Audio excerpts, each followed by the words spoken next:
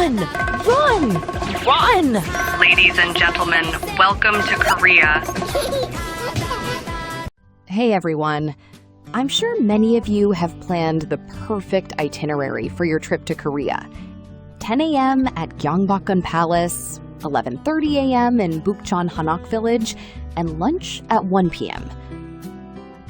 But if you built your schedule based on those fast-paced TikToks, Instagram Reels, or compactly edited travel vlogs, from your very first day in Korea, you'll start noticing your Apple Watch losing about 4 hours every single day. I actually came across a video on YouTube recently. If you go on a weekday, Gyeongbokgung can be really tranquil and peaceful, and it should take about an hour to walk around. What? And after you're finished with the palace, But Gyeongbokgung is roughly 60 times the size of a standard football field, with over 100 restored traditional buildings you can actually see. Honestly, 1 hour is barely enough time if you power walk around the perimeter. There's an old Korean idiom, subak godhatgi, which literally translates to licking the outside of a watermelon. It means barely scratching the surface without ever experiencing what's truly inside.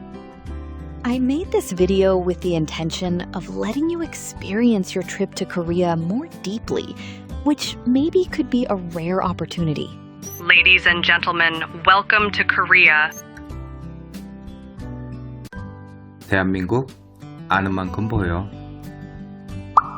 On a world map, Korea looks pretty small. But the urban infrastructure here is far bigger and more complex than you might expect. Seoul, the capital, is a massive megacity with a population of nearly 10 million people. The subway and train network passing through Seoul includes roughly 760 unique stations. On the longest route in the city's network, you could take a full hour-long nap on the train and still wake up without even leaving Seoul yet. In this video, I want to talk specifically about how much time you actually need for the two most popular spots for visitors, Gyeongbokgung Palace, including its surrounding areas, and Namsan Seoul Tower. First, for Gyeongbokgung Palace and its surrounding areas, you'll need at least 5 to 6 hours. Right in front of the palace is Gwanghwamun Square. Beyond the iconic statues and city views, there are subterranean exhibition halls connected to the Sejong Center, specifically the story of King Sejong and the story of Admiral Yi Sun-sin. You'll also find the newly installed light monument called Lights of Gratitude 23, honoring South Korea and the 22 UN nations that served during the 1950 Korean War, along with an underground exhibition space named Freedom Hall.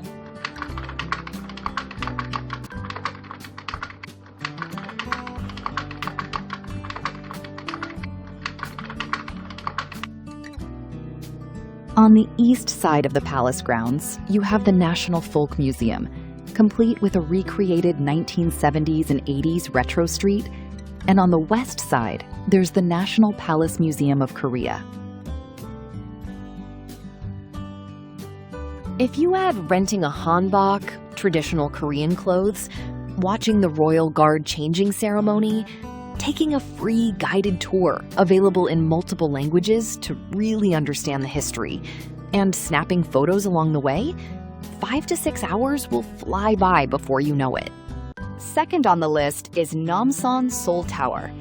Between getting up the mountain, checking out the surrounding views, exploring the amenities, visiting the observation deck, Namsan Seoul Tower Observatory, and walking through Seoul Tower Plaza, you'll need at least 4 hours. I actually covered Namsan Tower in detail in my very first video, so feel free to check that out as well.